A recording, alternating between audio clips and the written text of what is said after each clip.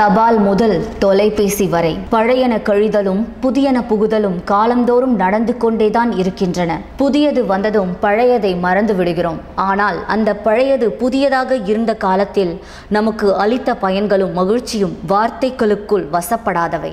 புறநானூற்று தலைவி தன்னை பிரிந்து சென்ற தலைவனுக்கு நிலவிடம் செய்தி சொல்லி அனுப்பியது படிப்பதற்கு கவித்துவமாக இருக்கலாம். ஆனால் அந்த தலைவியின் தவிப்பு எப்படிப்பட்டதாக இருந்திருக்கும்? ஒரு வார்த்தை சொல்ல ஒரு வருஷம் காத்திருந்தேன் என்று ஆண்டு கணக்கில் காத்திருந்தவர்களுக்கு வரமாய் வந்ததுதான் தபால் முறை. தபால் முறை அமலுக்கு வருவதற்கு முன்பு வரை சாதாரண மக்கள் தூரத்தில் உள்ள தங்களின் உறவுகளுக்கு செய்தி அனுப்புவது மிகப்பெரிய சவாலாகவே இருந்தது. அந்த பகுதிக்கு செல்லும் பயணிகள் யார் மூலமாவது செய்தி அனுப்ப வேண்டும். அவர்களிடம் இருந்து பதில் செய்தி பெறுவது அதைவிட கடினமானது. இந்த பிரச்சனை ஆங்கிலேயர் காலத்திலும் தொடர்ந்தது. அதற்கு முற்றுப்புள்ளி வைக்க என்ன செய்யலாம் என்று தீவிரமாக யோசித்ததன் விளைவுதான் தபால். ஆரம்ப நாட்களில் ஆங்கிலேயர்கள் மெட்ராஸ் ராஜஸ்தானியில் இருந்து மற்ற இடங்களுக்கு ஆட்கள் மூலம் கடிதங்களையும் பார்சல்களையும் அனுப்பி வைத்தனர். ஆனால் அப்படி அனுப்பப்படுபவை பல நேரங்களில் உரியவர்களை உரிய நேரத்தில் சென்று சேர்வதில்லை. ஆகவே இது குறித்து விவாதிக்க 7 ஜூலை 1736 அன்று ஆலோசனை கூட்டம் ஒன்று நடத்தப்பட்டது. கடிதங்கள் அல்லது பார்சல்களின் மீது எண்களை குறிப்பது என அந்த கூட்டத்தில் முடிவு செய்யப்பட்டது. ஒரு பார்சல் குறிப்பிட்ட இடத்தை அடைந்ததும் அங்கிருந்து அடுத்த இடத்துக்கு அது பட்டுவாடா செய்யப்படும். தேதி நேரம் ஆகியவை பார்சலின் மீதுள்ள வில்லையில் குறிக்கப்பட்டு அதன் பிறகே அனுப்பப்படும். அங்கும் இதே முறை கடைபிடிக்கப்படும். இப்படி பல இடங்கள் மாறி உரிய இடத்தை அடையும் போது அந்த பார்சல் எங்கிருந்து எப்போது புறப்பட்டு வந்திருக்கிறது என்ற தகவலை அறிந்து கொள்ள முடியும். கடைசியாக பார்சலை பெற்றவர் அதற்கு முன் அது எங்கிருந்து வந்ததோ அந்த அதிகாரியிடம் இது குறித்து தகவல் தெரிவிக்க வேண்டும். அதன் மூலம் கால தாமதம் ஏற்பட்டாலோ பார்சல் வராவிட்டாலோ எந்த இடத்தில் பிரச்சனை என்பதை எளிதில் கண்டுபிடித்து விடலாம். அப்படித்தான் மெட்ராஸில் முதல் தபால் பயணிக்க ஆரம்பித்தது. இப்படியே ஒரு 40 ஆண்டுகள் ஓடினர். பின்னர் 1774 தான் முதன்முறையாக தனியார் கடிதங்களுக்கு கட்டணம் வசூலிக்கப்பட்டது. ஒரு கடிதம் எத்தனை மைல்கள் பயணிக்கப்படுகிறது என்பதை வைத்து கட்டணம் நிர்ணயிக்கப்பட்டது. அதற்காக இப்போது நாம் ஸ்டாம்ப் பயன்படுத்துவது போல அந்த காலத்தில் செப்பு வில்லைகளை கடிதத்தின் மீது ஒட்டி அனுப்புவார்கள். 1786 மெட்ராஸில் இருந்து பம்பாய், கல்கத்தா ஆகிய நகரங்களுக்கு கடிதங்களை கொண்டு செல்லும் மெயில் சேவை தொடங்கப்பட்டது. 15 நாட்களுக்கு ஒரு முறைதான் மெயில் இயக்கப்படும். இதே ஆண்டில்தான் மெட்ராஸ் ஜெனரல் போஸ்ட் ஆஃபீஸ் தொடங்கப்பட்டது. அப்போதைய மெட்ராஸ் ஆளுநரின் உதவியாளரான கேம்பெல் முதல் போஸ்ட் மாஸ்டர் ஜெனரலாக நியமிக்கப்பட்டார். வெகு விரைவிலேயே மெட்ராஸில் கடித போக்குவரத்து அதிகரித்ததால் தபால் அலுவலகத்துக்கு என 1884 கடற்கரை சாலையில் ரூபாய் 6,80,000 செலவில் ஒரு பிரம்மாண்டமான 3 மாடி கட்டடம் கட்டப்பட்டது. 352 அடி ஆழமும் 162 அடி அகலமும் 125 அடி உயரமும் இரட்டை கோபுரங்களையும் கொண்ட இந்த அழகிய கட்டடத்தை அரசின் மூத்த கட்டட ஆலோசகரான ராபர்ட் சிஸ்கோம் வடிவமைத்து கொடுத்தார். 1872 கப்பல் மூலம் 15 நாட்களுக்கு ஒரு முறை மெட்ராஸில் இருந்து பர்மாவின் ரங்கூன் நகருக்கு கடிதங்கள் கொண்டு செல்லப்பட்டது. 1886 மெட்ராஸில் இருந்து இந்தியாவின் வடகிழக்கு பகுதியில் உள்ள துறைமுகங்களுக்கு இதே போன்ற சேவை தொடங்கியது. 1915 வரை மெட்ராஸில் குதிரை வண்டிகள் மூலம்தான் தபால் பட்டுவாடா நடைபெற்றது. பின்னர் 1918 தபால் பட்டுவாடாவுக்கு மோட்டார் வாகனங்கள் பயன்பாட்டுக்கு வந்தன. பின்னர் 1918 தபால் பட்டுவாடாவுக்கு மோட்டார் வாகனங்கள் பயன்பாட்டுக்கு வந்தன. மெல்ல மெல்ல வேகமெடுத்த தபால் துறை பல்வேறு சேவைகள் மூலம் மெட்ராஸ் வாசிகளின் வாழ்வில் பிரிக்க முடியாத அங்கமாகி போனது. இப்படி கடிதங்கள் மூலம் பேசி மகிழ்ந்து கொண்டிருந்த மெட்ராஸ் வாசிகளுக்கு மேலும் ஒரு இன்ப அதிர்ச்சியாக வந்ததுதான் தொலைபேசி. கிரஹம் பெல் தொலைபேசி என்ற கருவியை கண்டுபிடித்த 5 ஆண்டுகளிலேயே மெட்ராஸில் தொலைபேசி மணி ஒலிக்க ஆரம்பித்து விட்டது. மெட்ராஸ், பம்பாய், கல்கத்தா மற்றும் ரங்கூன் ஆகிய நகரங்களில் தொலைபேசி இணைப்பகங்கள் ஆரம்பிக்க 1881 நவம்பரில் அனுமதி அளிக்கப்பட்டது. ஓரியண்டல் டெலிஃபோன் கம்பெனி என்ற இங்கிலாந்து நிறுவனம் இந்த அனுமதியை பெற்று இந்தியாவில் டெலிஃபோன் தொழிலை ஆரம்பித்தது. இந்த நிறுவனம் முதலில் அலுவலகம் தொடங்கியது மெட்ராஸில்தான். 19/11/1881 அன்று பாரிமுனையில் உள்ள எர்ராபாலு செட்டி தெருவில் 37ஆம் எண் கட்டடத்தில் இந்தியாவின் முதல் தொலைபேசி இணைப்பகம் தொடங்கப்பட்டது. அப்போது சுமார் 4 லட்சம் மக்கள் வசித்த மெட்ராஸில் வெறும் 17 பேர் மட்டுமே இந்த சேவையை பயன்படுத்தினர். வர்த்தகங்கள் இந்த சேவையை அதிகம் பயன்படுத்துவார்கள் என்று எதிர்பார்க்கப்பட்டது. ஆனால் அந்த எதிர்பார்ப்பு பொய்த்து போனதால் அடுத்து என்ன செய்வது என தெரியாமல் தொலைபேசி நிறுவனம் தடுமாறியது. புதிய வாடிக்கையாளர்களை கவர பல்வேறு சலுகைகளை அறிவித்தது. ஆனாலும் நம்ம ஆட்கள் மசியவில்லை. இங்கிருந்து ஒரு குழாயிலே பேசினா அந்த பக்கம் இருக்கிற ஆளுக்கு சரியா கேட்குமா, என்னதான் இருந்தாலும் நேரில் பேசுவது போல வருமா என 1000 கேள்விகள் கேட்டதில் தொலைபேசி நிறுவனம் தொங்கி போய்விட்டது. இருப்பினும் ஏதோ இருக்கிற சொற்ப வாடிக்கையாளர்களை வைத்து கம்பெனியை ஓட்டிக் கொண்டிருந்தார்கள். 1922 ஓரியண்டல் டெலிஃபோன் கம்பெனியின் உரிமத்தை புதுப்பிக்கும் தருணம் வந்தது.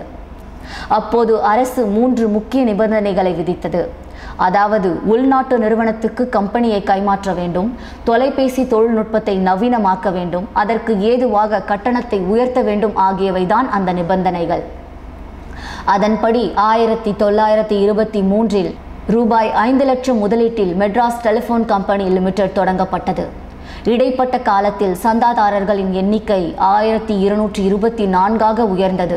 சென்ட்ரல் மற்றும் எழும்பூர் ரயில் நிலையங்கள், துறைமுகம், சால்ட் குவார்ட்டர்ஸ் ஆகிய இடங்களில் பொது தொலைபேசிகளும் அமைக்கப்பட்டன. ஆனால் பொதுமக்கள் அவற்றை பெரிதாக பயன்படுத்தவில்லை. இந்த நிலையில்தான் லண்டன் தொலைபேசி இணைப்பகத்தை போல மெட்ராஸ் இணைப்பகத்தையும் தானியங்கி முறைக்கு மாற்ற முடிவு செய்யப்பட்டது. இதற்கு எர்ராபாலு செட்டி தெரு அலுவலகம் போதாது என்பதால் 1925 சைனா பஜாரில் 21,000 சதுர அடி நிலம் வாங்கப்பட்டு சென்னையின் டெலிஃபோன் ஹவுஸ் கட்டப்பட்டது. 2ஆம் உலகப் போர் சமயத்தில் செயின்ட் தாமஸ் மவுண்ட் பகுதியில் நிறைய இராணுவத்தினர் தங்கி இருந்ததால் அவர்களின் வசதிக்காக அங்கு ஒரு தொலைபேசி இணைப்பகம் ஆரம்பிக்கப்பட்டது.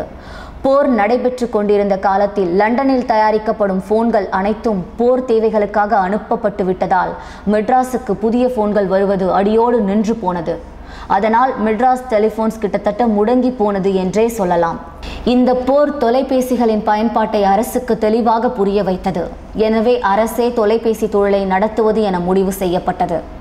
1943 டெலிஃபோன் தொழிலை அரசு ஏற்றுக்கொண்டது. பின்னர் 1947 1500 இணைப்புகளை கொண்ட புதிய மவுண்ட் ரோடு இணைப்பகம் தொடங்கப்பட்டது. தபால் தொலைபேசியைப் போலவே மற்றொரு முக்கியமான தொடர்பு சாதனமான அச்சு ஊடகம் மெட்ராஸுக்கு வந்ததும் வளர்ந்ததும் ஒரு சுவாரஸ்யமான கதை. அச்சு ஊடகத்தை பொறுத்தவரை நாம் பெருமைப்படக்கூடிய ஒரு விஷயம் இருக்கிறது. ஆம், இந்தியாவிலேயே முதலாக அச்சில் ஏறியது தமிழ் மொழிதான். போர்ச்சுகல் நாட்டின் லிஸ்பனில் தமிழ் எழுத்தருக்கள் தயாரிக்கப்பட்டு கார்டிலா என்ற நூல் அச்சடிக்கப்பட்டது. அதற்காக தமிழகத்தில் இருந்து சிலரை மதமாற்றம் செய்து லிஸ்பனுக்கு அழைத்துச் சென்ற கிறிஸ்துவ பாதிரிமார்கள் இந்த முயற்சியை செய்தனர். அதனை அடுத்து 1578 டாக்ட்ரினா கிறிஸ்டியானா என்ற 16 பக்க நூல் தம்பிரான் வணக்கம் என்ற பெயரில் தமிழில் அச்சடிக்கப்பட்டது. வெளிநாடுகளில் அச்சடிக்கப்பட்டு வந்த தமிழை இந்தியாவுக்குள் கொண்டு வந்தவர் சீகன் பால்க் என்ற பாதிரியார். மதமாற்ற முயற்சிகளுக்காக தரங்கம்பாடிக்கு வந்த சீகன் பால்க் 1715 பைபிளை தமிழில் மொழிபெயர்த்து அச்சடித்தார். அதுதான் இந்திய மொழியில் தயாரான முதல் பைபிள். இப்படி அலைந்து திரிந்த அச்சித்தமிழ் ஒரு வழியாக 1761 மெட்ராஸுக்கு வந்தது. 1761 புதுச்சேரியை கைப்பற்றி கிழக்கிந்திய கம்பெனி தளபதி அயர்கூட் அங்கு சூறையாடிய பொருட்களை மெட்ராஸுக்கு கொண்டு வந்தார். அவற்றில் ஒரு அச்சகத்துக்கு தேவையான கருவிகளும் முக்கியமாக தமிழ் எழுத்தருக்களும் இருந்தன. ஆனால் அப்போது மெட்ராஸில் யாருக்கும் அவற்றை எப்படி பயன்படுத்துவது என தெரியாததால் அவை புனித ஜார்ஜ் கோட்டையில் ஒரு மூலையில் முடங்கி போயின. பின்னர் அவற்றை தமிழ் மொழியில் அறிந்திருந்த ஃபெப்ரீஷியஸ் என்பவரிடம் கிழக்கிந்திய கம்பெனி ஒப்படைத்தது. அப்படித்தான் மெட்ராஸின் முதல் அச்சகமான SPCK பிரஸ் வேப்பேரியில் தொடங்கப்பட்டது. இதுதான் தற்போதைய CLS பிரஸ். அந்நாட்களில் மெட்ராஸின் கிறிஸ்துவத்தை தீவிரமாக பரப்பி வந்த மிஷனரிகளின் முயற்சிக்கு அச்சுத்தொழில் மிகவும் உறுதுணையாக இருந்தது. எனவே தரங்கம்பாடியில் இருந்து ஒரு அச்சு இயந்திரத்தை வாங்கி வந்து 1772 மலபார் புதிய ஏற்பாடு என்ற நூலை தயாரித்தனர். கம்பெனி அதிகாரிகளின் தேவைக்காக 1779 1786 ஆண்டுகளில் அகராதிகளையும் பெப்ரிஷியஸ் அச்சடித்து கொடுத்தார். அச்சில் ஏறிய முதல் தமிழ் அகராதியை தயாரித்தவர் ராபர்ட் டி நோபிலி என்ற இத்தாலிக்காரர். இவரை தத்துவ போதசுவாமி என தமிழர்கள் அன்புடன் அழைத்தனர். அச்சு தொழிலில் நமச்சிவாய முதலியார் என்பவர் சில சீர்திருத்தங்களை கொண்டு வந்தார். அவர் உருவாக்கிய புதிய எழுத்தருக்கள் நமச்சிவாய எழுத்து வரிசை என்றே அழைக்கப்பட்டன. பர்மாவில் இருந்தும் தாய்லாந்தில் இருந்தும் தமிழகம் திரும்பிய நாட்டுக்கோட்டை செட்டியார்களில் சிலர் அச்சகங்களையும் பதிப்பகங்களையும் தொடங்கியதால் மெட்ராஸில் அச்சு தொழில் ஆழமாக காலூன்றியது. ஆரம்ப நாட்களில் துண்டு பிரசுரங்களாகவும் சிறிய புத்தகங்களாகவுமே மட்டும் வந்த அச்சு ஊடகம் காலப்போக்கில் செய்தித்தாளாக பரிமாண வளர்ச்சி அடைந்தது. சென்னையில் முதலாக செய்தித்தாளை தொடங்கியவர் ஆங்கில அரசாங்கத்தில் வேலை பார்த்த ரிச்சர்ட் ஜான்சன் என்பவர். மெட்ராஸ் கூரியர் என்ற பெயரில் 1785 அவர் தொடங்கிய ஆங்கில பத்திரிகை 4 பக்கங்கள் கொண்டதாக இருந்தது. அரசின் ஆதரவோடு நடந்த அந்த பத்திரிகைக்கு அரசு விளம்பரங்கள் குவிந்ததால் விரைவில் பக்கங்கள் 6 அதிகரித்தன. 1795 ராபர்ட் வில்லியம் என்பவர் மெட்ராஸ் கூரியருக்கு போட்டியாக மெட்ராஸ் கெசட்டை ஆரம்பித்தார். இதற்கிடையில் ஜான் கோல்டிங்ஹாம் என்பவரும் கம்பெனி அரசுக்காக அதிகாரப்பூர்வமாக மெட்ராஸ் அரசாங்க கெசட்டை தொடங்கிவிட்டார். 1800 மெட்ராஸ் அரசாங்கமே ஒரு அச்சகத்தை நிறுவியது. அப்போது இந்தியன் ஹெரால்டு என்கிற பத்திரிகையை ஜி ஹாம்பிரிஸ் என்ற ஆங்கிலேயர் ஆரம்பித்தார். மற்ற பத்திரிகைகளைப் போல அல்லாமல் இது மட்டும் கம்பெனி அரசை கடுமையாக விமர்சித்தது. அதற்காக ஹாம்பிரிஸ் கைது செய்யப்பட்டு நாடு கடத்தப்பட்டார்.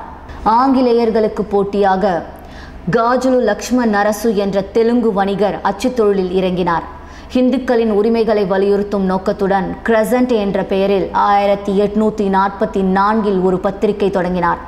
1868 லக்ஷ்மண் நரசு இறந்துவிட அவரது பத்திரிகையும் நின்று போனது. பிறகு மெட்ராஸ் டைம்ஸ், தி மெட்ராஸ் மெயில், ஸ்பெக்டேட்டர், த ஹிந்து, சுதேசி மித்ரன் என பல பத்திரிகைகள் தொடங்கப்பட்டன.